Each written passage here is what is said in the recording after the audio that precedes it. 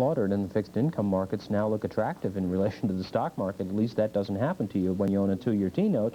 You hold your 2-year T-note for 2 years and they give you your principal back, and that's what people are looking at now. People are looking at how to preserve principal. And that's the operative idea on the street. You know, one of the things that I've talked about time and time again, and stressed time and time again, is the idea of stops. Yes. If you use them, you're sitting on the sidelines watching this. And, you know, we talked about a 7 to 10% stop being an ideal stop for the average investor. That had you out 2 or 3 days ago. This brings up a fascinating point, John. Theoretically, stops would be taken out at this point, huh? Who would be putting stops down at this point from purchases made a long time ago? Would we be in a stopless market, so to speak, at this point? Essentially. In new territory that is hard to track because you can't tell where the stops are? Essentially, the books are wiped. I mean, the specialist book is wiped. Yeah, all the stop orders have been hit. There was some buying done today, and people put in some people put in stops when they did that buying. So there's some reappearance of stops in the market. But frankly, at this rate of deceleration, all those are being hit too. So there's virtually no stops left on the books, or if there are any, they're few and far between. So at this point, you're just, as a technician, waiting for the elevator to find a floor, huh? Yeah, and this is discipline time. This is the time when discipline in the market plays off, when using a rational methodology, applying it consistently, and using stops to reinforce your decision. It's simply, this proves that that's the only methodology that is successful in this market. I know that you have an awful lot of number crunching to do before you even start to think about something like this, but as far as asset allocation goes, how would you even begin to tell people to allocate it out? Frankly, I mean, for those people who know what my asset allocation was, we were 60% stocks, 30% bonds, 10% cash. We had stopped out completely on the stock. I mean, there may be 1 or 2 issues that I've recommended that got left in there, but frankly, everything got stopped out. So my asset allocation, I'm now probably if not 70% cash, 30% bonds. I'm very close to it. Just by the mechanics of the market, not by a decision-making process, and that's why I talk about discipline. Discipline kept you from being hurt badly. It didn't keep you from being hurt, right? You still lost 10% of your entire position, maybe more if the stocks gapped against you, but discipline kept you from being destroyed. All right, we have more work to do. I know you're busy this afternoon. I am too. We'll be continuing our market coverage here as we go toward the close of trading. And as we leave you now, and Susan and I will be back in just a few moments with the near final figures for this Monday, here's a look at what the Dow trading chart is doing at this hour. The free fall continues.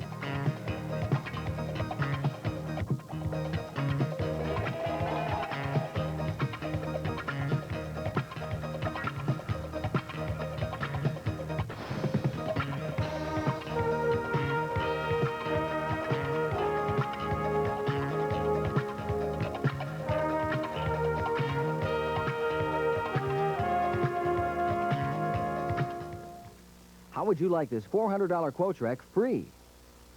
Hi, I'm Ira Gorman. A lot of brokerage companies offer you a Quotrek machine free. The only problem is that you have to do quite a few trades before it's really free. If your company is giving you good service, great. If they're not, then what do you do? At Gorman Commodities, when you open a qualified account, even if you stay for only 1 day, the Quotrek is free, just for trying us out. The reason we do this, and no one else does, is because I'm confident you'll be satisfied with our service. And if you're not, keep the Quotrek as our gift. That's right. Open an account of just $10,000, and even if you never make a single trade, we'll send you this exciting real-time investment tool absolutely free. At Gorman Commodities, we discount your commissions, and we place your order direct to the trading floor to assure you fast order execution. Time is money, and we won't waste yours. But don't you delay on this great free offer. Call now, 1-800-222-9085. In California, 1-800-392-9944. Don't miss this opportunity. Call now. Telshop's in its 2nd year, and this season's shopping premieres can't be beat. First, discover the Telshop Treasure Chest, where you find the finest in gold, jewels, and precious gems. Then enter electronic entertainers and find the hottest VCRs, CDs, and other great electronic gadgets. And when you look to fashion, Style and Romance offers the latest from fine furs to casual wear.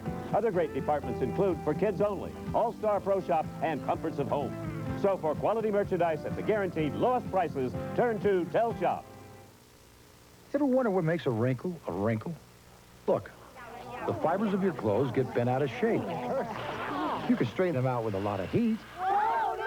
Or with easy-to-use, wrinkle-free brand fabric relaxer. What that? Just spray, wait about 10 seconds for the fibers to relax, and smooth them away. Wrinkle-free removes wrinkles from most natural fabrics and blends. Wrinkle-free. What a neat idea. To win the U.S. Investing Championship 2 years in a row, you need good information. I believe my 2-year gain of over 500% would have been impossible without Investors Daily. Results speak for themselves, and as far as I'm concerned, no other publication can match the market data in Investors Daily. Maybe you should start reading Investors Daily. 65 issues for only $24 plus 2 free gifts. Call 1-800-922-7500. That's 1-800-922-7500. Nice to have friends in high places, isn't it? A friend, Bob Gross, of the Professional Investor in Florida, just called. Now, last segment we were talking about how the Dow drop today, percentage-wise, has exceeded the percentage drop that we saw in 1929 on the big crash. That is not a record, though, as Bob Gross is pointing out, and I'm taking his word for it as I'm getting this note here. December 12, 1914, he says that we saw a 24% decline on that date, December 12, 1914. So thank you, Robert, and I'll get back to you later on the phone. Anyway, here's what the Dow is doing right now. As a matter of fact, we're testing the limits of all the quote machines, all of the charting machines around the country. Right now, Knight Ridder Financial is saying that they're going to have to redraw their chart all over again because they cannot accommodate the drop that we've seen today. So you're not even seeing the full drop that has occurred. We're down 450-plus points on the Dow Jones Industrial Average, and that is not even reflected on this machine because they had only gone down to 1840, as you can see there, and we're below that number right now. So our record day, here's what our scoreboard looks like right now as we head toward the close of trading. Financial News Composite Index down 395 points at 1652.17. That is the low of the day. The futures are down 59 points at 145 even, also the low of the day. Dow Jones Industrial Average down 438 points to 1807.77. The transport's down 148 at 793.07, and the utilities average is down over 29 points at 160.68. S&P 500 cash index down 51.87, with the futures down 78 points at 204 even. And look at the discount right now, 26 points almost. T-bills up 0.45 on the flight to quality of the bonds. They settled down 5/30 seconds at 77 and 25/30 seconds. New York Stock Exchange Index down 28.90 with the volume of 562 million shares. NASDAQ down 18.96 on 156 million shares. OEX at this hour is down 51 points. Think of the strike prices. Major Market Index down 87 points. The value line cash down 27 at 222.38, with the December futures down 50 full points at 192 even. Gold index today so far trading down 11 points at 120.28. The dollar index down 0.95 at 95.38, and the oil index is down 35 points at 148.74.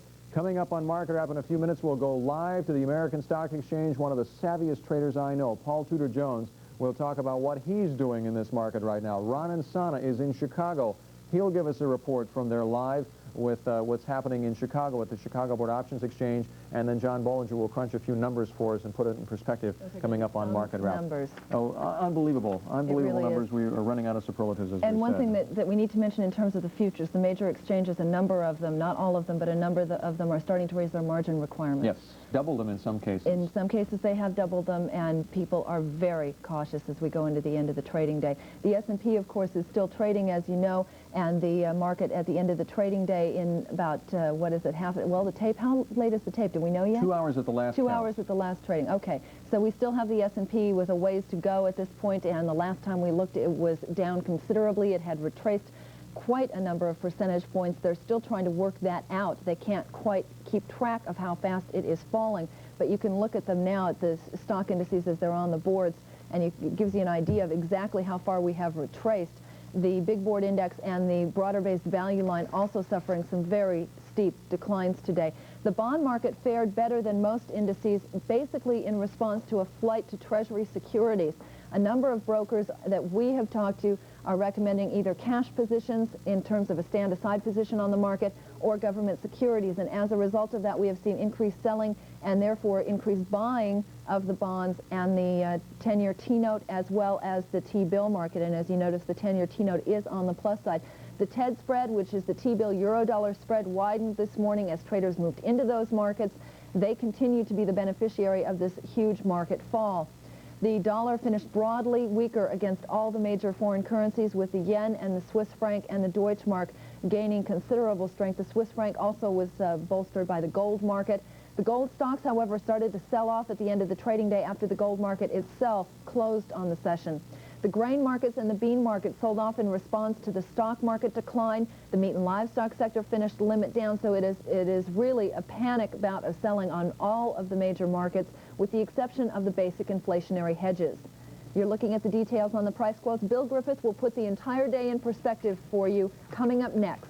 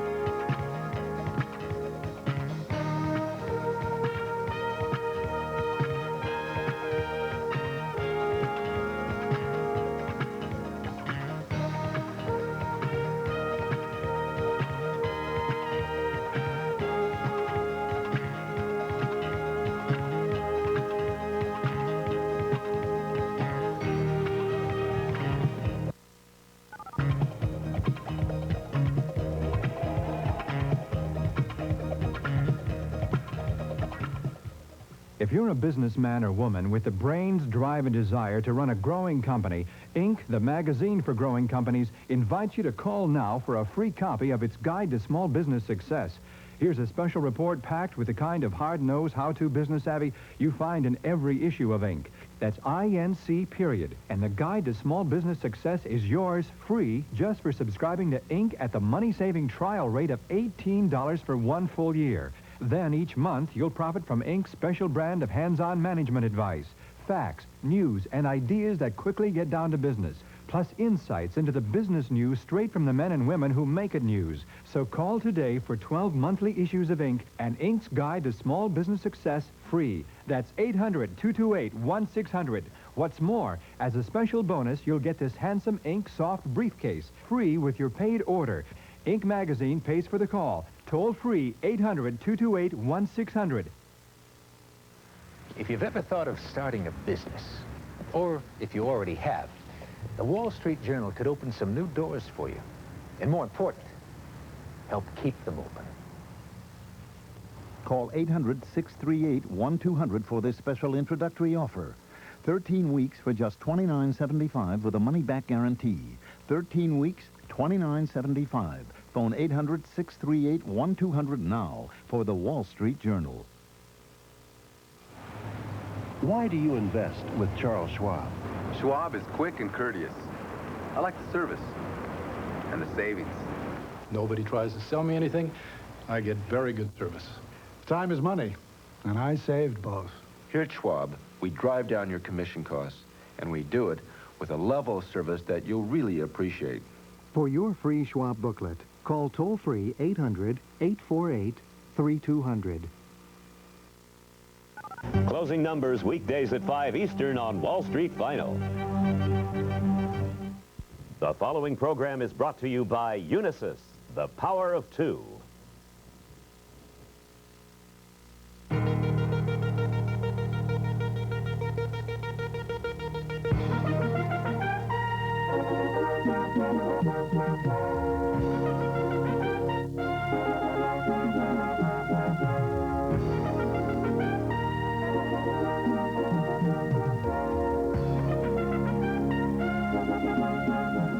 Good afternoon, everybody. We welcome you to our Monday edition of Market Wrap, an historic day, obviously, as we've been telling you all day today.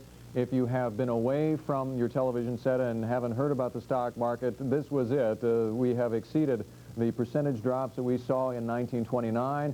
Point-wise, this, of course, is a record as well. Volume-wise, records across the board, as we saw the tremendous selling that we experienced last week hit the trading floor once again today. And how?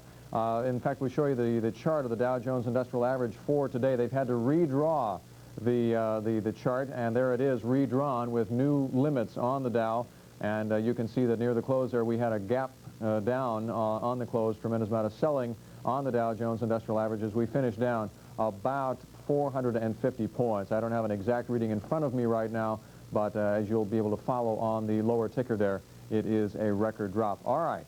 Let's try and put this in perspective. We're going to go live to the floor of the American Stock Exchange and talk with Paul Tudor Jones of Tudor Investment. We'll also get an update from the action in Chicago. FNN's Ron Insana is standing by there with a guest, floor trader. And then our own John Bollinger will be here to wrap up the program with his own analysis of today's market activity. Though first, let's go to the American Exchange live, where the tremendous amount of selling there as well today, where we have futures trader Paul Tudor Jones, the president of Tudor Investment. Paul, can you hear me okay?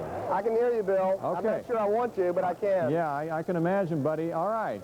Give it to me straight, Doc. What, in your view, is going on? I think that we've got a market that has been seriously overvalued for some time. I think that what we've witnessed the past couple of days has obviously been the piercing of this bubble. And I think that what you saw today and what you may see tomorrow morning will be the culmination of this selling climax for now, and I emphasize for now. Now, you had told me a few weeks ago that you were looking for a drop. Did you expect it to be this precipitous, this quick? No. We thought the market would be under pressure through October. We thought it'd go to the low 2200s, but we thought you'd see this kind of a break sometime early next year, but quite apparently, the market's doing exactly what it always does, and that's fooling 99.9% of the people. And that's why it's happening now. I would say Wall Street uniformly was unprepared for this magnitude of a drop. And, of course, that's why you got it, because that is the nature of a market. Yeah. Now, you know, people had been looking for a drop when the bear market set in, perhaps after we had hit 3,600 on the Dow. Is this the kind of a drop where we're going to wash that out, have a bear market that could last a few weeks, and then it's over with, and we resume the uptrend? What are you thinking? I think that you are in the beginning of a primary bear market that's going to last for, unfortunately, a long time to come. The action today, if you were a stock trader, and particularly if you were a stock trader trading simply on a technical basis, you would have made two trades in the 80s. You would have bought the market in August of 82 when you had record up volume and you had a record up day on a nominal basis, and you would have sold the market beginning on Friday when you had range expansion, a record nominal down day, and also record volume. Today is simply a confirmation of what began on Friday, and the only thing that I can take heart in is I think that you did unquestionably today finish this wave of the selling climax. I think you've got two things to look forward to in the next 24 hours. One good and one not so good. The one bad thing is that this afternoon, Proctor on his hotline will unequivocally come out, not unequivocally, but I would say the odds are over 95% that he'll come out and say that the bull market is over and then we're now beginning a major league bear market. But I think a lot of people, particularly professionals, recognize that fact, and that was certainly discounted to a great extent today. The second thing that we have to look forward to in the next 24 hours, and certainly we better see this, is we should see massive federal and governmental and administrative intervention in foreign exchange markets. We should see them in the debt markets. We should certainly see some type of constructive action to stem what has unquestionably been a panic. And I think that you'll see the market on the cash side start out weaker in the morning, but I would, my gut instinct tells me that you'll finish up on the day tomorrow. I think the prudent thing for investors to do at this point is unquestionably not to buy, is to look for some type of a rally later this week, later this month, whatever. And I think the thing to do is to prudently scale back and move into some type of short-term treasury instrument, whether it be notes or bills or something of that nature. What are What are you as a professional trader doing with this market, Paul? Are you just out of this, or are you trying to trade this at all? I mean, I know you're the maniacal trader anyway, huh? Sitting in front of the Quotron machine all day. Are you trying to play this down move at all? We've traded it heavily for the past 2 weeks, and that's the only comment that I'll make. Now, as far as the rest of the futures markets, is there any kind of a play there? I mean, gold went higher today. Oil kind of went higher at one point, but are you looking at those as trades right now? I think that what you've got going on, for instance, if you notice today, you had the CRB index down, yet gold and silver were through the roof. You know, one of my favorite trades right now is unfortunately being long fear, which means being long the metals complex and short the rest of the hard commodity complex. Because I think what you're going to see over the course of the next weeks is you're going to see, and of course what you saw today was the fear of a liquidity crunch and the fear of disinflation and not deflation, excuse me, disinflation and deflation. Yes. Gold and silver were not up today because of inflationary fears by any stretch of the imagination. They were up because of the fear factor. 30 seconds. Are you afraid for the economy at this point? I'm not trying to, you know, make this reactionary at this time, but is that something that we might consider as well? I think that everyone, every American at this stage of the game needs to get their house in order, needs to be prudent and be conservative in their investments, needs to cut back on whatever speculative investments they have. I think the next few years will be a period of capital preservation, and that's where the emphasis needs to be. All right. Thank you, Paul Tudor Jones, very much. You're welcome. Paul Tudor Jones of the Tudor Investment Corporation, standing by there live at the floor of the American Stock Exchange. The New York Stock Exchange tape was delayed 2 hours, 10 minutes at the closing bell. The transactions you see going by there are that late. However, I will point out that the lower ticker that shows you the real-time FNN summary quotes are actually up to date at this time. We will continue. We're going to go to Chicago when we come back and find out what's going on there as well. Stay with us.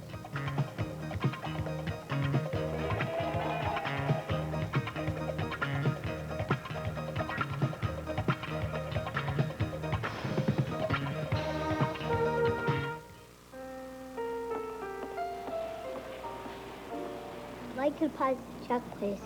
Jeffrey Houdray has never heard of Unisys. All the way from France. It's from my grandfather. Have a seat. But Unisys systems process half of the checks in the U.S. each day. 30 of the world's 50 largest banks rely on Unisys for everything from international bank transfer to quick customer service. Jeffrey just knows that a new 10-speed bike is almost his. Unisys and banking, the power of two. That's quite a tip. Now, where would a guy like you get information like that? Ira Epstein, stocks and options. You trade with Ira Epstein, too? Of course. It's where I get the personalized service I need. What about price? That's the only reason you need to trade with Ira Epstein. Discount prices. Discount prices are okay if you're trying to save money, but I'm trying to make money. Saving money is making money. Think about it, my friend. Discount prices. Personalized service. Call 1-800-621-1155, and Ira will send you a free copy of Stan Weinstein's The Professional Tape Reader, an analysis newsletter for the stock market. Call 1-800-621-1155 now for your free newsletter. Discount prices. Personalized service. Everyone agrees. Ira Epstein Stocks and Options offers personalized service and discount prices. Call now, 1-800-621-1155. If you knew of a precious metal that was rare, in great demand, and was largely independent of traditional monetary influences, wouldn't it have great profit potential? Well, it does, and that metal is palladium. Palladium is a byproduct of platinum, equally as rare, commercially produced in only Russia, Canada, and South Africa, and essential in today's high-tech industries. To find out more, call Walker & Wellington now, because palladium is hot.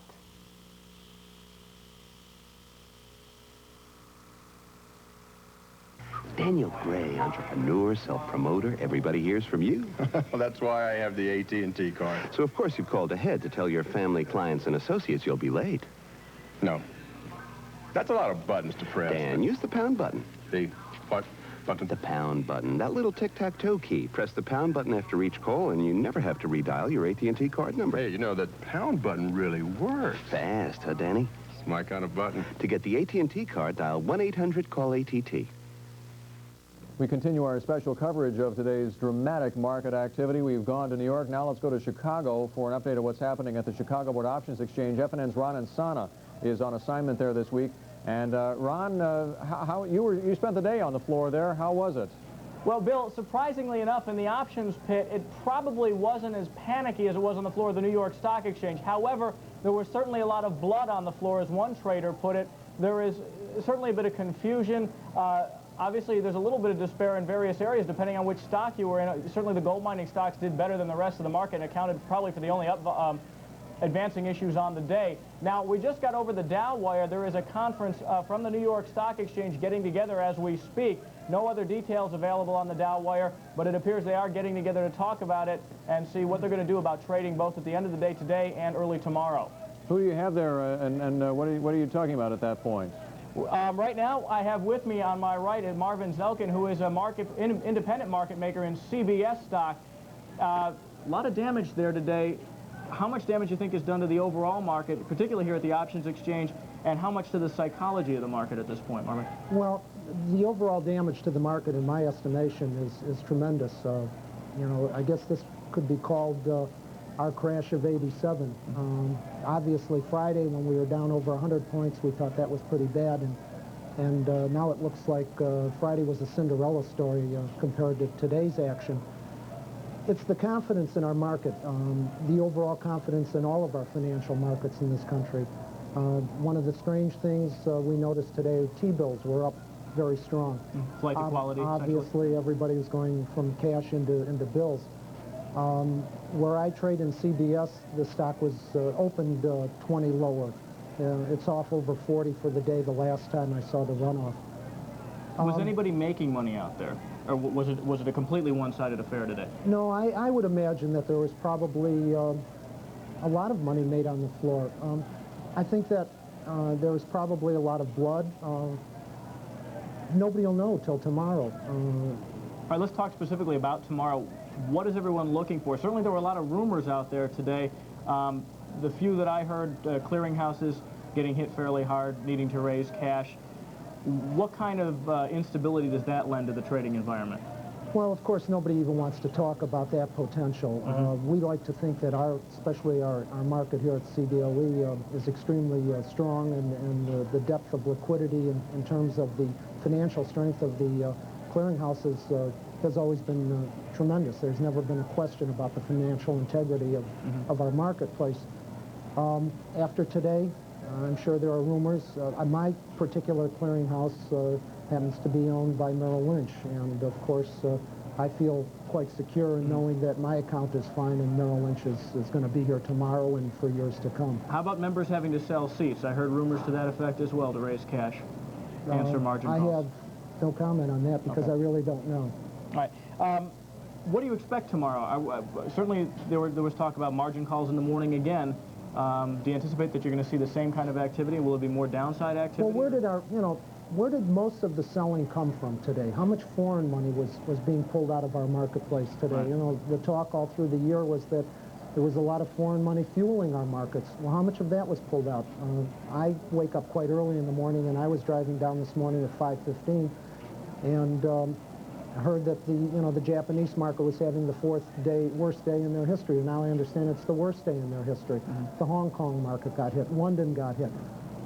It just seems to be that there is a total lack of confidence in the financial markets throughout the world. It isn't only the United States. So, how much foreign money is still left in our market, that might be pulled out. I don't know what's going to happen tomorrow. Did anybody step back and say, how does this relate to the economy? We have seen in the past no direct linkage between the stock market and the economy, but is anybody pegging this on a particular problem? Certainly the trade deficit may have kicked it off on last Wednesday. I have to think that it's probably a total lack of confidence in our government policies, in our economic policies. The market lost, over 20% of its value in one day? I mean, I've been around our floor for going on 13 years now. I grew up and my parents talked about the Depression. A lot of people on our floor and a lot of traders and a lot of people in the industry have never seen a bear market. Is this a bear market or is this a crash? I don't know. It's a matter of labels and semantics. I just think that it's going to take a long time before there's confidence that will return in our marketplace. Now, how do you protect yourself tomorrow when you go back on the floor? Well, from here, I'll probably go upstairs and add up my positions and see if I'm long or short to the market, and then just trying to figure out a strategy. You know, it's difficult if you're long to sell something when there are no bids. And in like ways, I've seen the Hunt fiasco. I was on the floor when the great, silver Hunt fiasco happened, and we thought that was terrible. When this turns around, when the shorts, and there are shorts out there, I'm sure, when they decide that they want to cover, it's going to be Katie bar the door on the upside. I mean, you will not be able to buy anything, and we'll probably have as much panic, more panic on the upside than we've seen here. I have not seen panic on the floor. I have been here during times of panic. Panic being, I'll pay anything to get it, or I'll sell it at any price to get rid of it. I've seen that. I didn't see that today.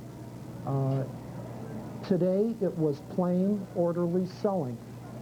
Obviously, the specialists in New York were probably having a more difficult time than we were on our floor. We have puts that we can buy. We have other orders that we can see, and, there are sellers of puts on the way down. People have profits. Just like on the way up, there are sellers of stocks a lot of time. There was not panic. The specialists probably had some panic because they have nowhere to hide. Right. We, at times, have places to hide. We know we can either sell stock or we can, buy puts or sell other calls that may be around. This was just plain selling. All right. Marvin, thanks for being with us. My pleasure. Marvin Zelkin, who's an independent market maker in CBS options here at the CBOE. Bill, back to you. Thank you very much, Ron. Ron and Sana there at the Chicago Board Options Exchange live after a obviously very hectic day, and I counted the number of sighs that Mr. Zelkin uttered during that interview, didn't you? We'll continue. John Mollinger will be here, and we'll show you the closing numbers right after this message.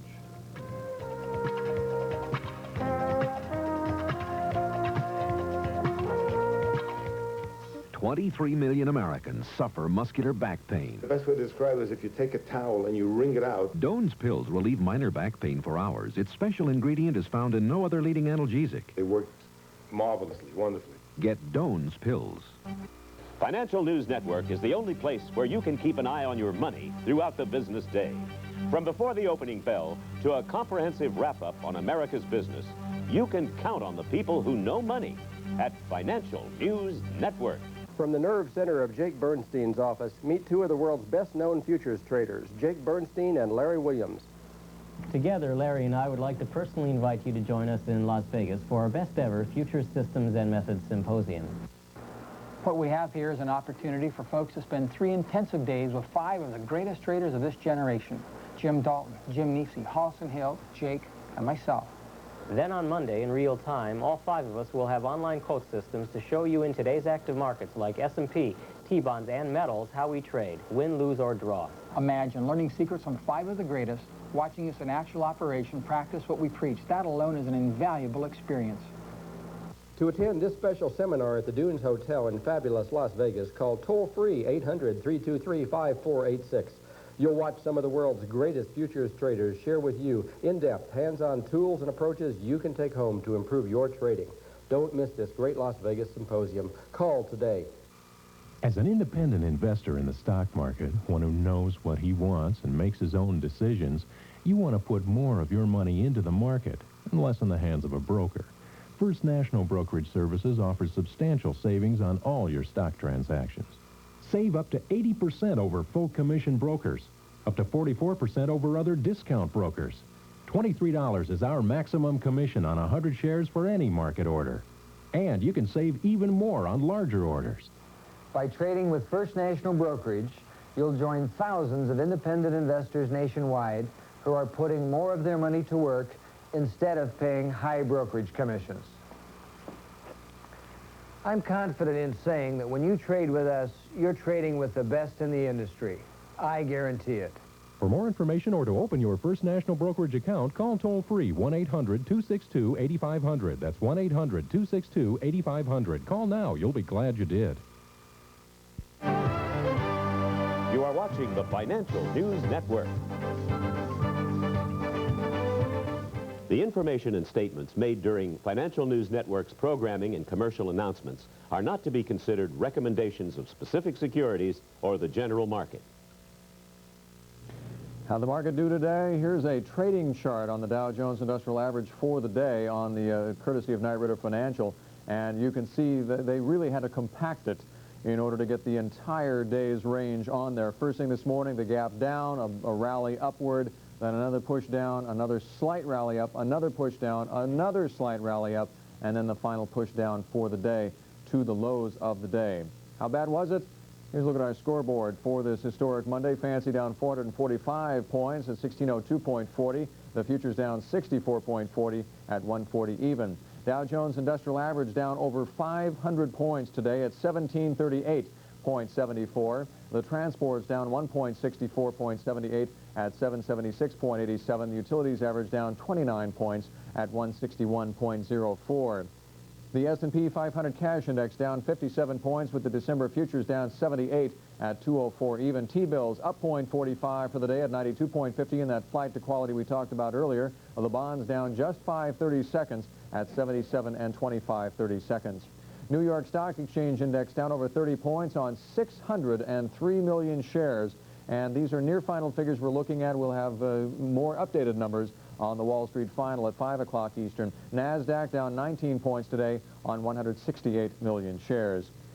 The S&P 100 OEX at this hour down 57 points. Major market index down 98 at 343.72. Value line cash down 37 points with the December futures down 43.5 at 199. John Bollinger, our technical analyst, joining us now. I want to talk about the ticker right quick. We had some questions about this lateness of the ticker and the reporting of the transaction. We have the alphabetical runoff going by right now. Should we consider these near final figures, closing numbers at this point? What do you think? No, they're simply the last figures that our computer knows about. New information is flowing into the computer continuously. And each time this runoff circulates through, it'll pick up the latest information that's available. There's simply a giant backlog of trading data on the exchange. But it should be pointed out, the way the system works, an order is executed on the floor, it is entered in the computer. And with this tremendous backlog, that is when we talk about the lateness of the tape. However, once it is entered into the computer, we automatically know what the volume is, we know what the price is, so that the indices will be up to date. So the numbers we're showing as far as indices and volume, those are up to date. They're not necessarily 2 hours late at this time. No, they're up to date. There may be some small factor behind the market, 2, 3, 4 minutes, something like that, because of pure crush of computing that's going on. But essentially they are in real time. It's simply the individual transaction information that's running so late. I mean, you get stories of T-punch operators with stacks of cards parked next to their station this big. They're making a valiant effort to get that information in the system, but, it's fingers and keyboards and such. Okay, Paul Tudor Jones saying that he's expecting Mr. Prechter to consider this the beginning of a bear market, primary bear market. We're getting a few more bears into the mixture at this point, and Paul Tudor Jones himself is turning very bearish for a longer period of time. How about your thought, and then we'll talk contrarianism, huh? Well, I'm afraid that I'm, not going to give you a lot of value in relation to this after a day like today, the record day of all time on the street, and against the previous primary direction of the market. I'm going to assume a wait-and-see attitude. This may be the start of something. If it is the start of something, then it seems a surprising place to me for something to start. At 1,000 points off the highs and only 1,800 points from the lows, seems to me more like it's been really had the vast majority of the move that you're going to see. Should an investor be stepping up to the plate here to acquire financial assets? Perhaps, but only those assets that he would or she would be satisfied owning if the market in fact goes lower. I should just With stops, I mean, we've talked about that last half hour that you need to be putting those stops in there. What does this do to dividend yields? We've talked about the historic low yield the market, the Dow Jones Industrial Average, have been yielding. People who rely on the income for these, I mean, what are we looking at here for them? Well, you know, that's a call I got today, and you know, those are always the hardest parts of this job. A woman called me up and who was long a substantial amount of utility stocks and who couldn't live without the income. And she says, do I sell them anyway? You know, it is a question that everybody has to ask himself right now. You know, the answer to that question has to do with the yield on 2 or 3 year short-term notes and whether the sale price of those stocks equivalent to the 2 or 3 yield, you know, what you would get if you reinvested that money into the 2 or 3 year notes, whether that would be sufficient for her to live on, or whether, in fact, she was happy keeping the book capital loss around as long as those dividend checks keep on coming. The interesting portion of that equation is stock market is considered to be one of, if not the best leading financial indicator. In fact, it is in the index of leading economic indicators. Yes. And so if the stock market, by its current action, is predicting a recession come what have you, will those utility dividend yields be safe? And that's a matter of demographics for each utility. Some utilities, those dividends are very safe, and some utilities, those dividends are not that safe. So it's something you have to go out. In this kind of a climate, quickly, because I'm out of time, is this the kind of a climate where we're likely to see utilities start cutting their dividends? I would think not. Okay, all right. We'll talk more about this. Whether they cut it, if the economy slows down and they start cutting them a year out from now, that's another problem. But there's nothing about today that's going to make a utility cut its dividend. Thank you, John. Nothing. John will be with us tonight on America's Business as well, and he's hosting American Investors, so we've still got more market coverage to come. In fact, coming up next, Money Talk, Diana Karicki takes a closer look at today's trading activity with investment advisor Hugh Lynch. For Market Wrap, I'm Bill Griffith. See you tonight on America's Business.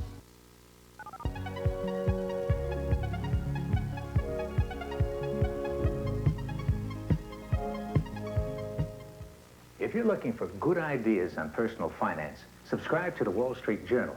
Because while there's plenty of money around, unfortunately, it doesn't come with instructions. Call 800-638-1200 for this special introductory offer.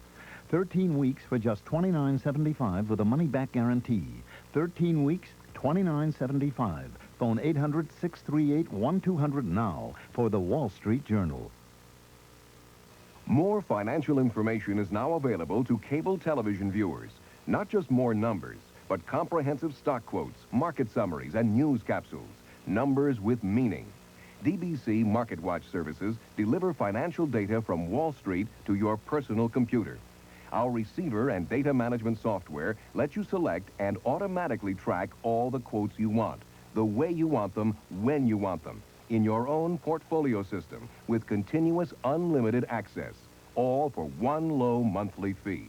You can order DBC Market Watch services by simply calling this 800 number, 800-223-0507, extension 105, or give our demo disc a try, a complete description and simulation of DBC Market Watch services for only $10. A $10 investment that could help you make a fortune. Again, the number to call is 800-223-0507, extension 105. A product of Data Broadcasting Corporation. Would you like to improve your investment results? I design Investors Daily to give you the most valuable market data possible. Vital, relevant, and unique information, not found in any other publication. Investors Daily is the fastest growing newspaper in America because we make a better product. Give yourself a big edge. Subscribe to Investors Daily now. 65 issues for only $24 plus 2 free gifts. Call 1-800-542-6808. That's 1-800-542-6808. Ask the experts on the American Investor, Monday through Friday at 7:30 Eastern on FNN.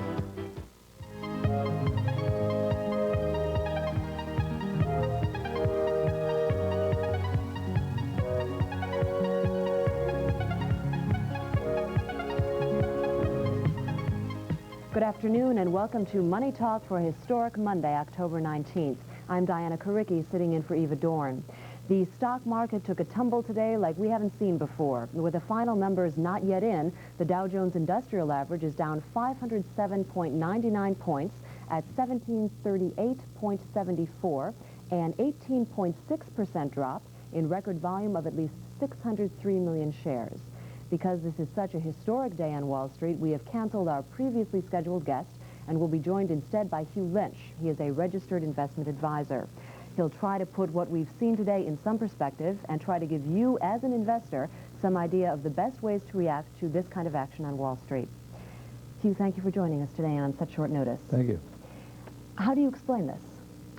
Well, if this were a commodity market, and we saw, for example, I remember February, I think, of 1985, gold fell from $500 an ounce to $400 an ounce in a matter of a few days, and we've seen the bond market fall 30% this year.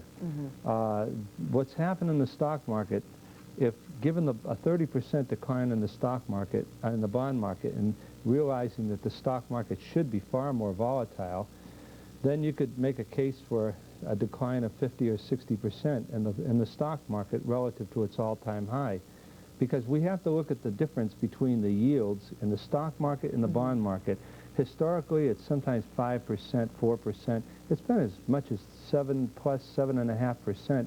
And in the transportation index, it was about 8%, the difference in yields. So historically, that's about as far stretched as you can get.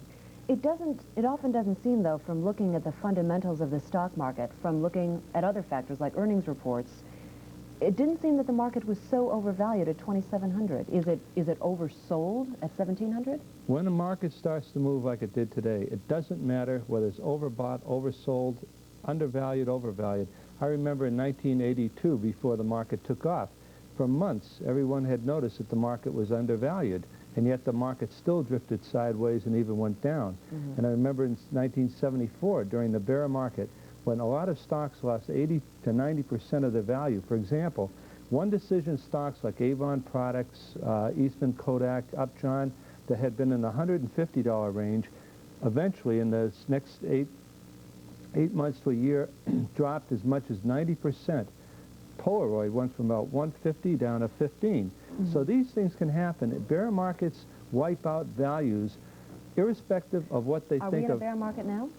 This would have to be defined as a bear market unless we're able to surpass the old highs in a fairly rapid period of time, and I don't think that's going to happen. What do you mean by fairly rapid? What should we look for? Well, I think from here, even in 1929, and this exceeds 1929 and the panic of 1907, so we're making history here, and it's just a guess. But in 1929, we retraced about 50% of the move in the next 3 months. And I'd expect to see the same thing happen here. We'll retrace probably 350, 400 points on the upside and maybe get a 39% retracement or a half retracement. But then after that, I think we're going to see declining tops, and we could see a very severe bear market, maybe like we've never seen in our lifetime. I certainly hope not. What about are there any arguments right now for investors who have not unloaded their equity holdings to sit tight?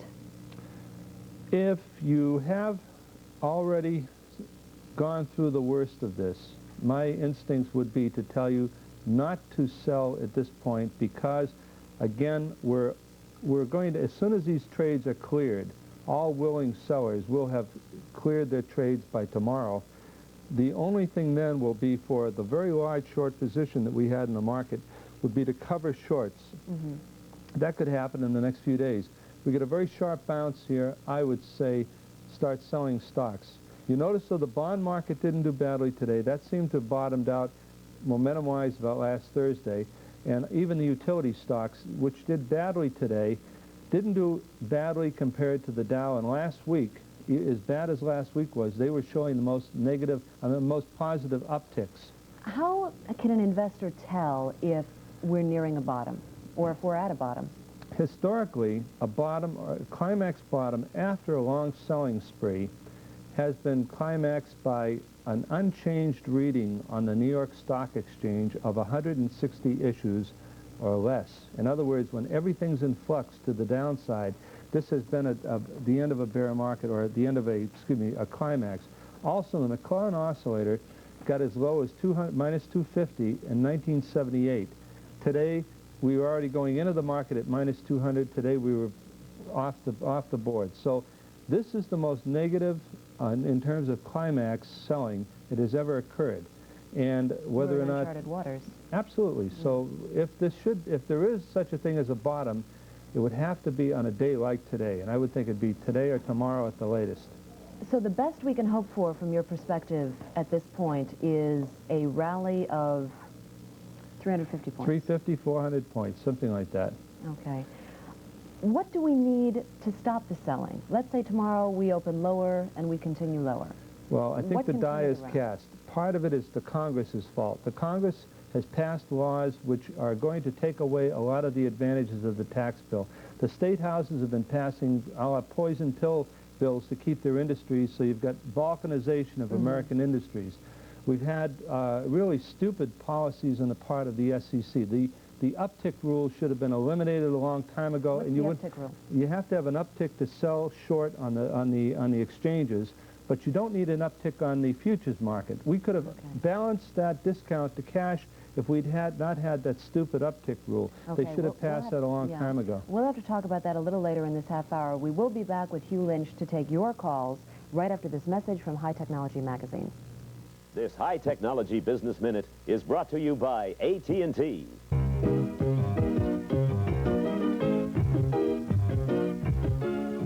I'm Charles Martin, editor and publisher of High Technology Business Magazine.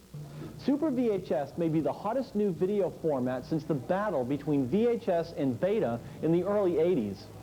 These new high-quality cassettes threaten to remake the home video market. The new format is expected to greatly impact video professionals as well as home video users.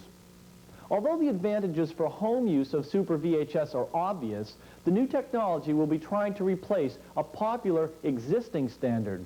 But professionals have long been unhappy with their standard for industrial production, the 3/4-inch U-Matic. Super VHS promises higher quality in an accessible package. It offers a better image at a lower price. JVC introduced the new format.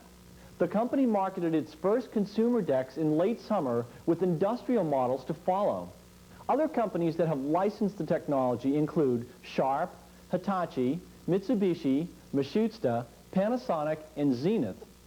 Video professionals are interested but cautious. Super VHS is expected to be a good offline system, but professionals are not sure whether it will work in a production situation. The new format squeezes more information onto each cassette. This makes Super VHS approach the quality of 1-inch broadcast video. If the new technology catches on with consumers, the cost of professional equipment could stay low. The Super VHS looks and is used the same way as conventional VHS. Super VHS decks can play conventional cassettes. However, these conventional decks cannot handle Super VHS tapes. A wide selection of decks, camcorders, and editing systems for the new format should be out soon. That's our High Technology Business Minute. I'm Charles Martin for High Technology Business Magazine.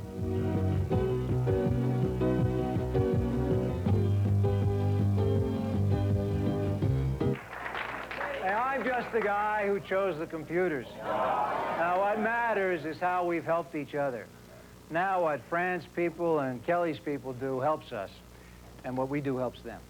AT&T 3B computers tie business departments together. Did you see the paper this morning? Right.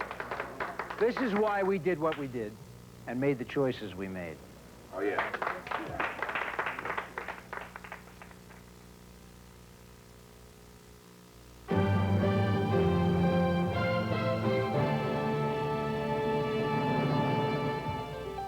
Please join us this Friday at 2 p.m. Eastern Time for our next edition of Capital Ideas. Our guest will include Dr. James Turner, President and founder of Aviation Education Systems Incorporated, the first public air traffic control training company in the United States. Dr. Turner is a 19-year veteran of the Federal Aviation Administration and the author of several training manuals currently in use by the FAA. Dr. Turner is also the author of the recently published book, Air Traffic Controller. Dr. Turner's patented air traffic control simulator will be a key instructional tool in aviation education systems training facilities. For free information, call 1-800-253-1000. And tune in Friday at 2 p.m. Eastern Time for expanded coverage of this capital idea.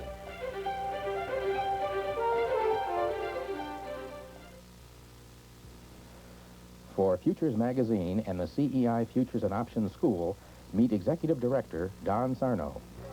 I'd like to invite you to attend a special two-day seminar in Chicago in December.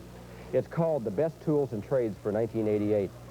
This year will feature stock market expert Joe Granville, noted cycles expert Jake Bernstein, newsletter writer and super trader Jeff Elliott, systems developer and expert trader Tom DeMark, ag specialist Jim Gill, and commodity close-up editor Glenn Ring. This exciting combination of speakers will give you their ideas for the markets in 1988, as well as their trading ideas that you can take home with you. CEI has given these seminars for 10 years now, and our attendees consistently say they've been the best investment that they've ever made. For details, call CEI toll-free at 1-800-221-4352, extension 58. There's no substitute for the expert advice you'll hear at CEI's Best Tools and Trades for 1988. Call today. Are you looking for a way to make your business meetings more fun and effective? Jim Henson's Muppet Meeting Films may be the answer. These funny films can keep a meeting going, break up the routine, motivate employees, and most of all, entertain. Oh, brother. I think you'll get a charge out of this. For information, call Muppet Meeting Films, 1-800-257-7600. That's 1-800-257-7600. Muppets are standing by. The Financial News Network, where news means business. The information and statements made during Financial News Network's programming and commercial announcements are not to be considered recommendations of specific securities or the general market. Welcome back to Money Talk for this historic Monday. If you're just joining us, we sustained a record loss today on the Dow Jones Industrial Average on all the indices. The Dow is down about 507 points at the last look, and the market still hasn't settled on the day. This news so far from the New York Stock Exchange: they are planning to open on time tomorrow, planning to open at 9:30 Eastern as usual. That just confirmed by the New York Stock Exchange. We're joined today by Hugh Lynch. He is a registered investment advisor and is giving us some perspective on how to act from this point in. We now have Joe on the line from Fresno, California. Joe, welcome, and what is your question? I'd like to know if all that stock was sold today, who bought the stock and why? That's a good question. Two sources of buying, Joe. Short selling, I forgot the number, but I think we had about 400 million shares short going into this decline, so that had to be satisfied. That stock would be bought back, and people who are short, most of those were specialists and members and so forth. They bought it. But also, when you open up a stock and a stock is offered to you and you're forced to make a market, as a specialist is, then they will drop their price low enough to where they feel they can sell that back at retail at a higher price. It's a merchandising operation. So the chances are, with this volume, we may have seen the bottoms today because they had to buy in that stock, and they bought it in cheap enough to where they feel they could get out of it in a rally. So it's specialists buying at low prices. Specialists and institutions, mostly specialists and members and that sort of thing. Thank you, Joe, for that call. We have Bob on the line from Lakewood. Bob, what is your question today? Yes, hi. Hugh, to elaborate further on that, are the specialists getting hurt in this market that they have to short the stock on that plus tick first, or do they have people upstairs in their offices buying puts to help them out? How can they protect themselves? Somebody has to take the other side of the put trade. So everything is fungible down the line. And whoever is buying stock has to protect himself, but then someone has to protect him. It's like an insurance company laying off risk. So ultimately, someone has to suffer loss. And I would say that the specialists, a lot of them are going to be changing managements in the next few days. And a lot of people won't be making markets on the floor, and there'll be a lot of memberships lost. This has been devastating to wealth, and I think there will be some non-survivors of this. I'd say specialists were hurt very badly in this situation. They may recoup some of their losses in the next rally coming. Okay. We have Jim on the line from Lancaster, Pennsylvania, and I gather, Jim, you're worried about the psychology of the market at this point. Yeah, the question I had was, we had some bad news today from the Middle East, yet oil prices fell, and we also have a market that is absolutely paranoid about inflation, yet across the board today, commodities fell. And these, to me, seem to be rather bullish for lower inflation. I'm wondering if maybe your guest would comment about why we're living in such a 1929 scenario when these two pieces of news seem to indicate lower inflation in the future. None of this makes any difference. When a market takes on the momentum that it does today, nothing matters. It doesn't matter what the inflation expectation is. It doesn't matter what business looks like, earnings look like. It becomes a quasi-political question at this point. What's the Federal Reserve going to do in the short term? What kind of psychology can the professionals bring into this marketplace to kind of turn? But we've unleashed a beast that cannot be stopped by just some good news at this point. Very concrete things have to take place, and I think the Federal Reserve showed that when the 3-month Treasury bill rate dropped drastically today. We had about a half-point decline, which is a flight for quality, but it's also probably the Fed accommodating the money supply. Is it fair to call this a panic? Oh, it must have been a panic. Absolutely. 500 points. In fact, it's the panic of the century. This is bigger than the panic of '29, bigger than the panic of 1907. It dwarfs anything, in probably going back maybe 100 years or so. 1873 may have been something on this order. Right. Jim, thank you for your call. We have Chris on the line from Iowa City. Chris, welcome, and what is your question? Hi, what is the effect this is having on foreign markets, and how will Wall Street behave the rest of the week? Markets often work in tandem. They're all work together. Now with everything hooked electronically, and you can buy in Singapore and sell in London and buy in Hong Kong, sell in New York.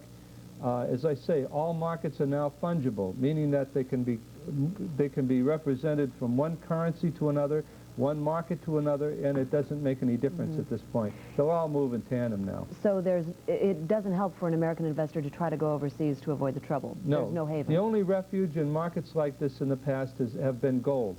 Okay. Gold stocks traditionally have gone up in bear markets. They've done well during a panic phase, but during the deflation phase, if that ever does come to pass here, then the cash is the best place to be. Okay. Or bonds. Okay. We have Larry on the line from Alabama. Larry, what is your question?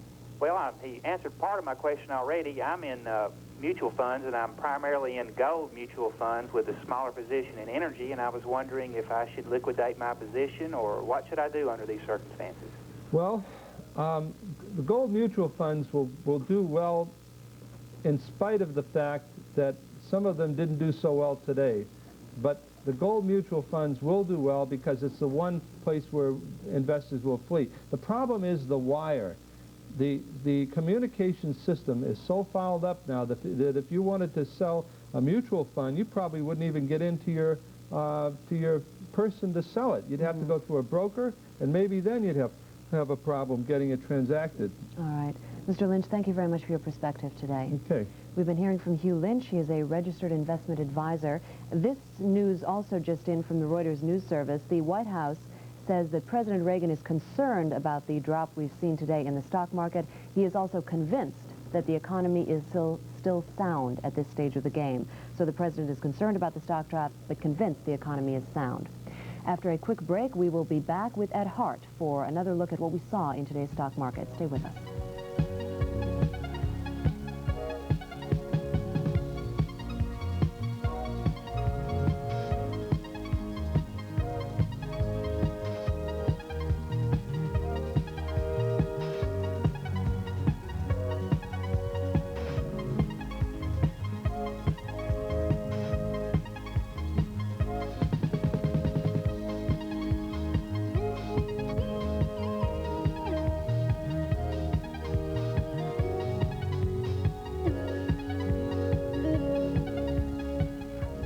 A transcript of this show is available. Send $3 to FNN Transcripts, P.O. Box 25562, Overland Park, Kansas, 66225. For information on audio and video tapes, phone area code 913-649-6381. Visa and MasterCard accepted.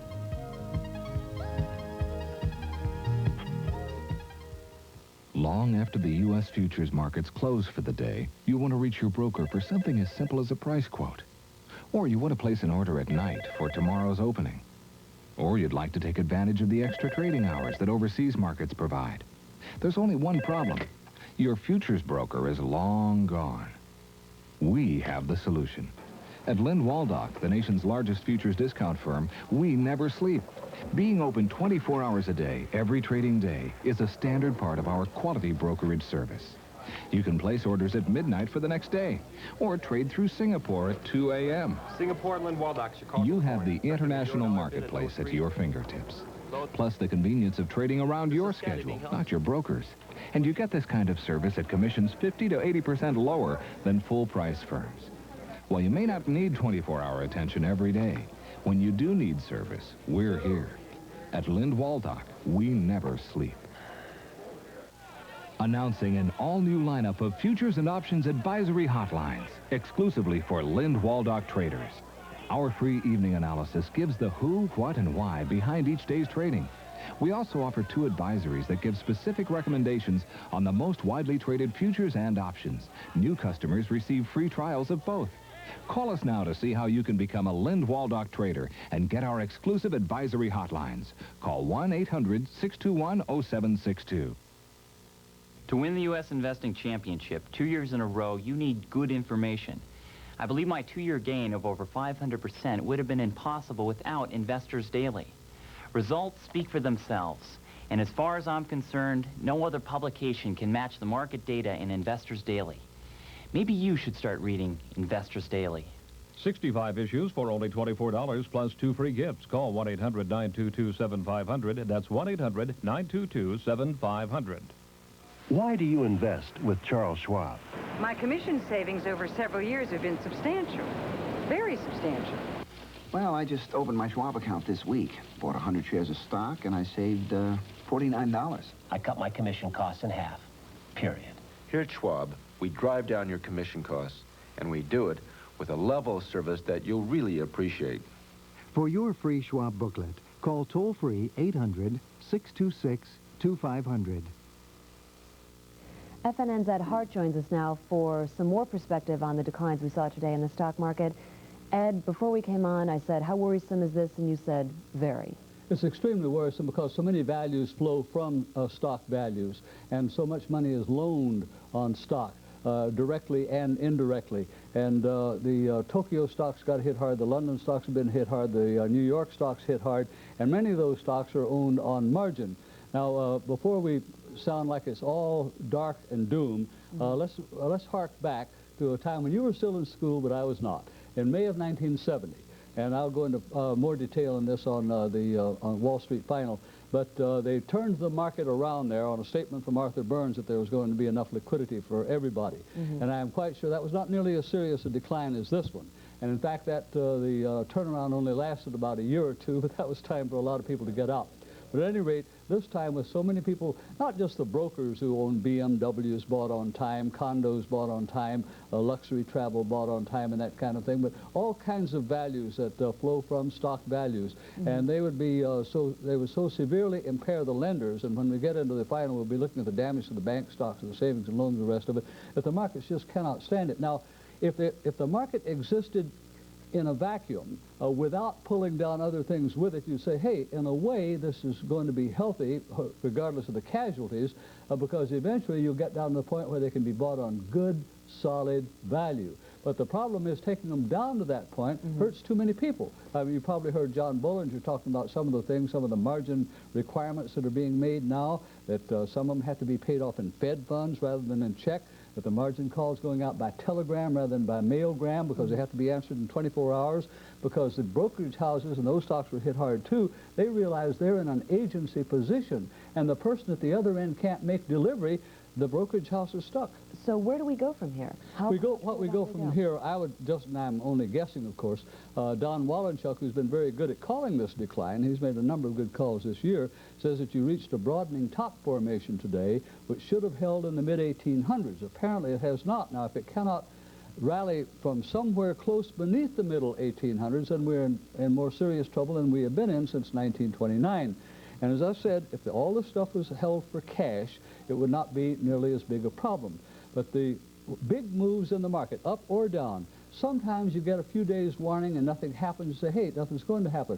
Remember playing mirror image. In 1982, you got the Mexico thing. It took a little while. Wall Street week indicators turned very positive. Albert Wojnalauer turned positive. Henry Kaufman turned positive. But the market didn't quite believe it. It had been down so long it couldn't do anything. But when it really took hold, it took hold. In 1985, the Louvre Accord. They said, hey, this ought to push the market up, that agreement to bring the dollar down. It didn't immediately, but a few days later it did.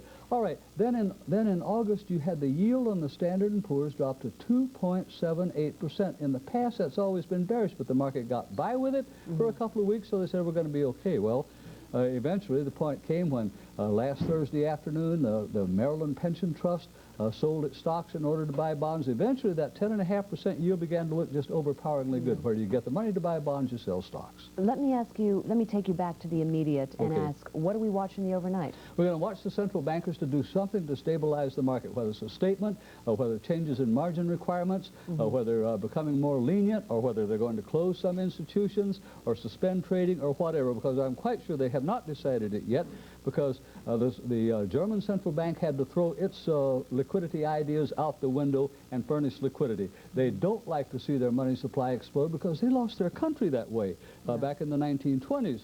But right now, it's an emergency situation, and long-term policy doesn't count. And important to watch as well how we trade in London, Tokyo, and Tokyo, the possibility of a liquidity implosion in Tokyo. Now, you were jotting down some of these stocks. Okay, Japanese corporations play the stock market. Their stock market profits they count as operating earnings. They do it on borrowed money.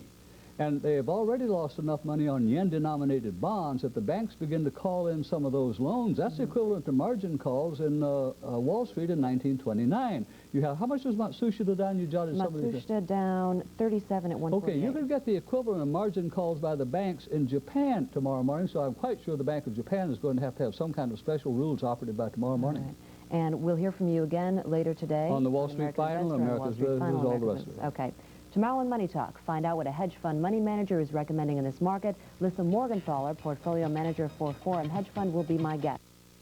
American investor, more perspective on what we saw today in the stock market. We'll be up next with the Wall Street Final for more perspective again. Stay with us. If you're up against the old boy network, subscribe to the Wall Street Journal. You'll find that to achieve success, you don't have to be old. And you don't even have to be a boy. Call 800-638-1200 for this special introductory offer. 13 weeks for just $29.75 with a money-back guarantee. 13 weeks, $29.75. Phone 800-638-1200 now for the Wall Street Journal.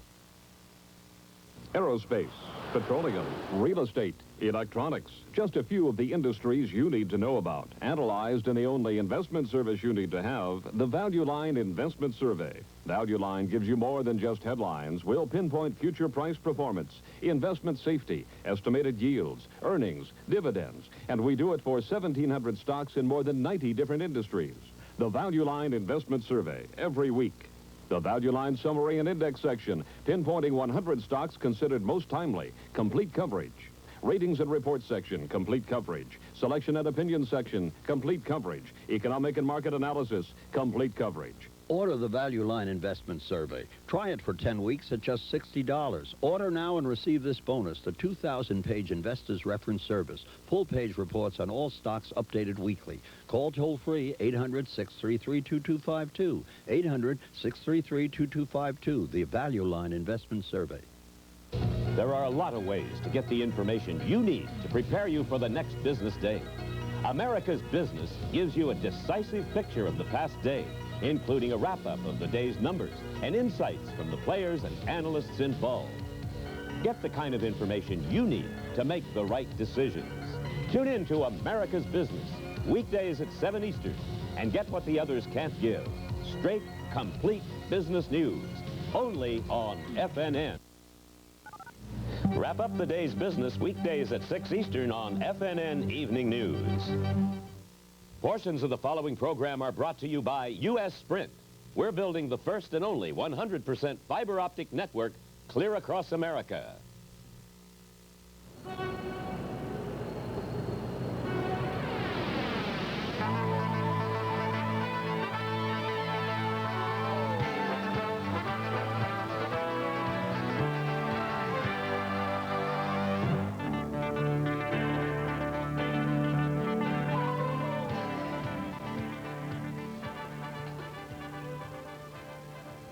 That is the sound that closed one of the biggest slaughters in Wall Street history today.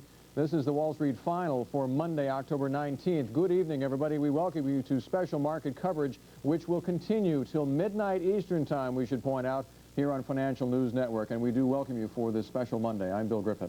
And I'm Diana Karicki. According to our best calculations, the Dow Jones Industrial Average lost 507.99 points to close at 1738.74.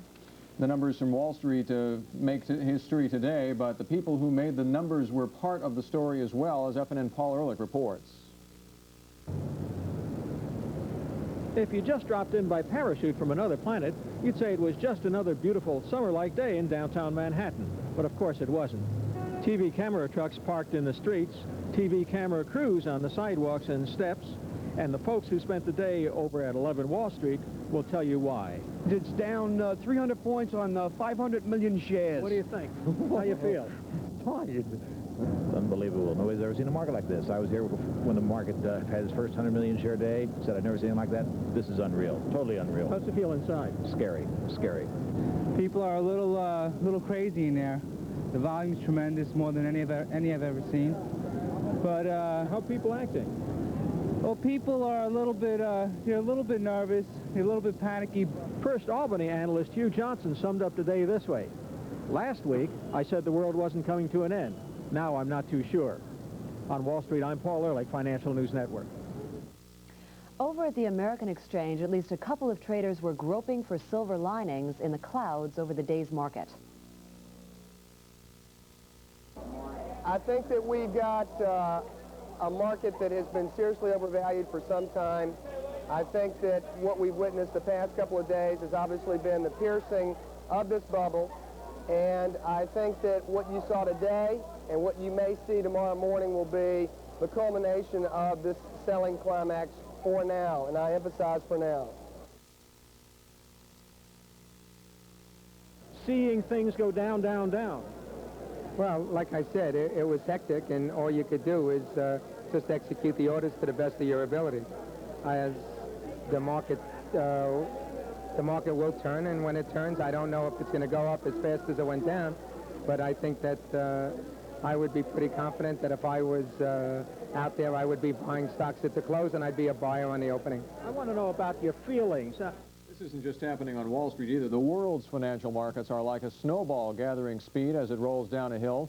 Last week's record declines in our own stock market took its toll on various stock markets around the world over the weekend. The markets in Tokyo, in London, in Hong Kong, and in Sydney kept the ball rolling with record declines of their own. And that set the tone once again for our own markets. A dramatic opening this morning, a number of stocks unable to open for trading right away due to order imbalances. And despite the lack of trading in a number of those issues, big board volume hit 100 million shares just in the first hour of trading.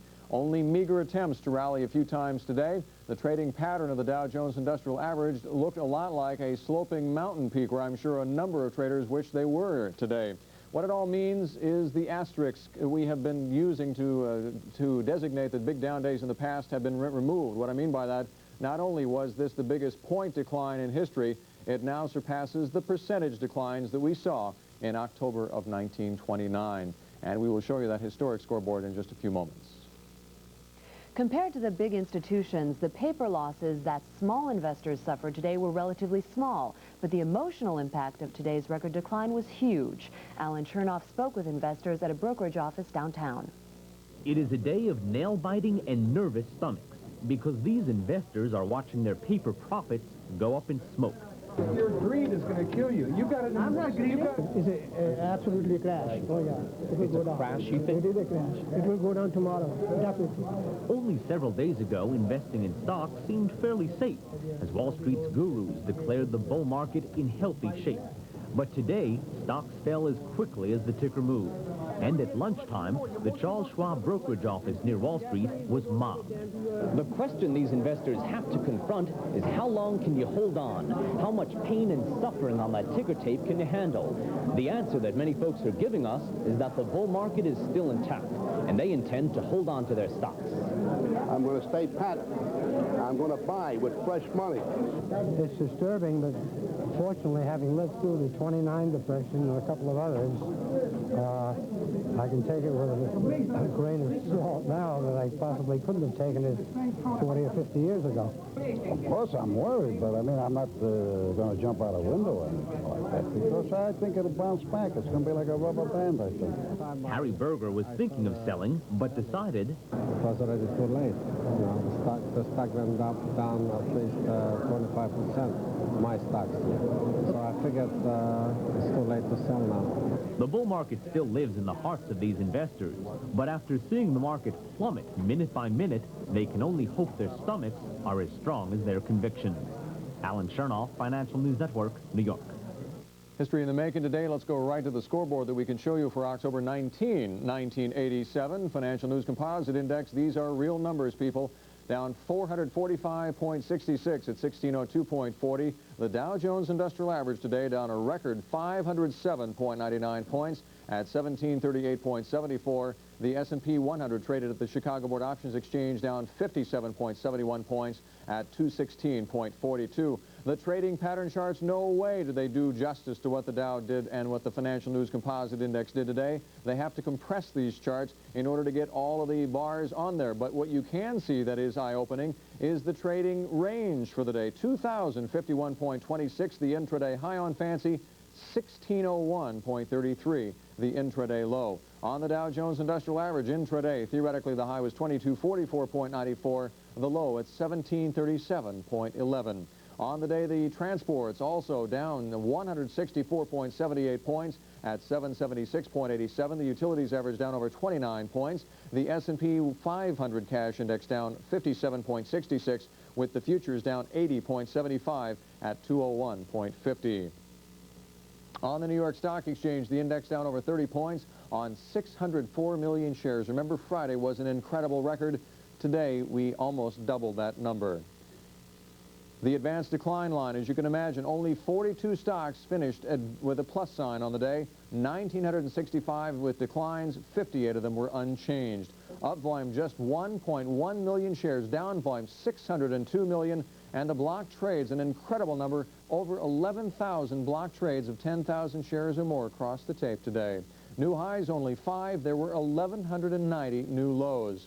On the American Exchange, that index down 41 points on 35 million shares with 3 new highs, 432 new lows. And in the over-the-counter market, the NASDAQ National Market Composite Index down 19 points, almost 20. The NASDAQ 100 down 55.25 points on 172 million shares. One program note reminder, FNN will continue special market coverage into the evening to recap what exactly happened today. We'll be doing that up until midnight Eastern Time tonight.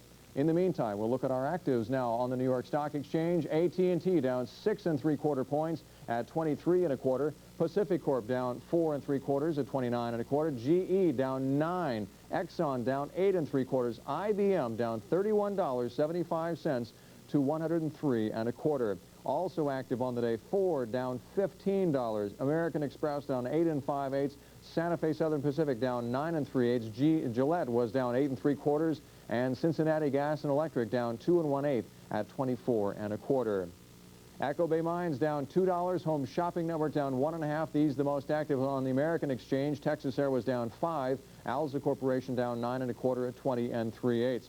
In the over-the-counter market, MCI down over $1. Apple Computer down 11.75. Intel was down 10. Jaguar down 1.58. Lotus Development down 5.75 at 26.25. Point losers on the day, incredible numbers. Teledyne down 49.75. Digital Equipment, one of the market bellwethers, down 42.25 at $130. CBS down $42 at 152.5. Matsushita, one of the Japanese stocks that trades in Tokyo as well, down 37 at 148. And Cap Cities Broadcasting down $32 at $356 even. When we continue, FNN's Ed Hart will be along. We will talk with FNN's Ed Mervash, and he'll be talking to Julian Gingold, Senior Vice President at Dean Witter, about the fear factor in today's market and what's behind it. All of this as we continue our special coverage for this Monday.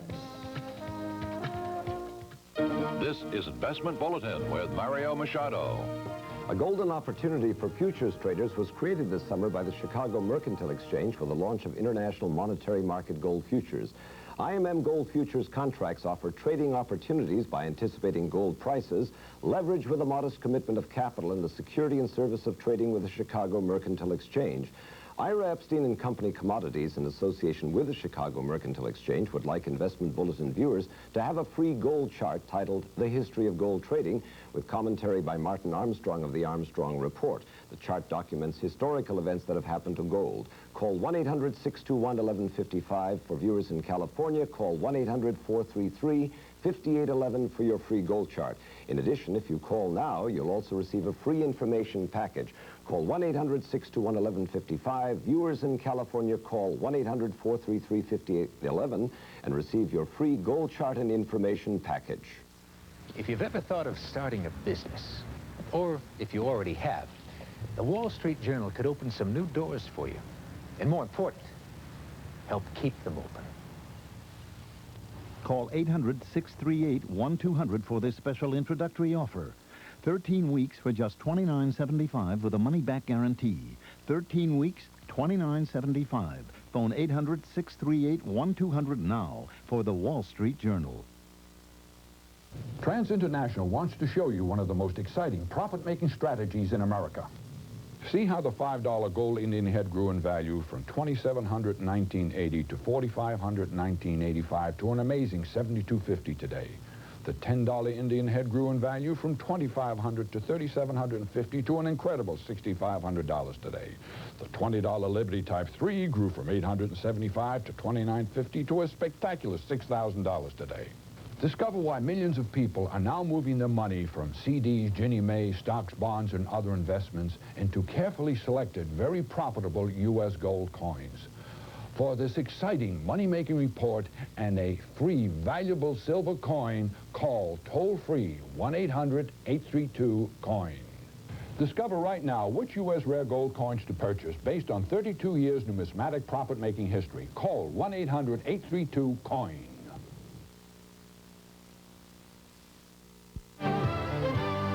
You are watching the Financial News Network.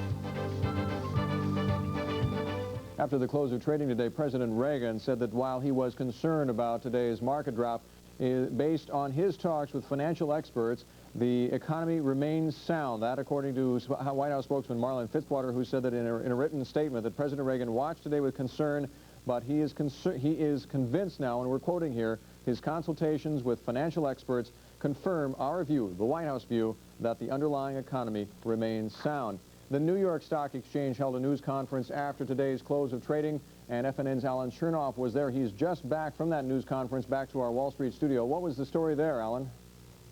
That's right, Bill. Well, apparently the New York Stock Exchange was able to handle today's volume without too much problem, which is quite an accomplishment, certainly. John Phelan, who is the chairman of the exchange, was in touch with the SEC throughout the day, talking about the possibility of stopping trading. The President Reagan does have the authority to close all of our markets upon a recommendation from the SEC, but John Phelan and the SEC decided it was better, quote, to let the markets work out today's imbalances. Phelan also talked about his explanation for today's free fall. I think 5 years of a bull market without a correction. I think the rise in the expectations of inflation, whether correct or not correct. I think the increase in interest rates in recent times because of a variety of things, including inflationary expectations, the decline in the dollar, and a variety of other things, the Iran problem, all have come together in a confluence at one point in time that has hit a very nervous market that has been apprehensive about a correction to begin with, and one thing has led to another. Phelan says that he sees no reason not to open trading tomorrow morning. Everything will go as usual. Employees will make sure all systems are up and going, and all order imbalances will be well publicized. The chairman is also asked whether we learn anything from today's trading. And he said, you learn that markets go up and down. Bill? Something Ed Hart has been telling us for a long time here. Ed joins us now with a look at the credit markets, which were also not immune to the... Right. Of course, the markets are going to be expecting more than they have gotten so far, because so far they say, look, we heard this in 1929. Yes. Now, there are many differences between now and 1929. There are a few similarities, however. And first we're going to look at some of the numbers in the Treasury market, and then we'll look at some of the reasons that the central bankers will be listened to on Monday night to see if they can turn the stock market around on Tuesday morning. The yield on the 3-month T-bill dropped to 6.48%. That's a traditional haven of refuge, and also it's where the proceeds of stock sales are traditionally parked while awaiting an investment decision. The long bond got knocked a bit in the morning, but resisted the downtrend as that 10% yield began to look good to pension funds, and by the close of the day it was up nearly 2 points, dropping the yield to 9.949. And Wednesday's 2-year note, which last Thursday looked as high as 9.44, found so many buyers the estimated yield fell to 8.61. Now, as to tonight and the following morning, let's hark back to the waning days of May 1970. Markets were demoralized by the Cambodian incursion. A Treasury note auction had failed. Stocks made new lows hour after hour. Then suddenly, overnight, I believe it was on the night of May 27th, 1970, Fed Chairman Arthur Burns told a group of businessmen at the White House there will be plenty of liquidity for all, end quote. And the next day, an historic turnaround. Will it happen this time? Well, this time the damage is far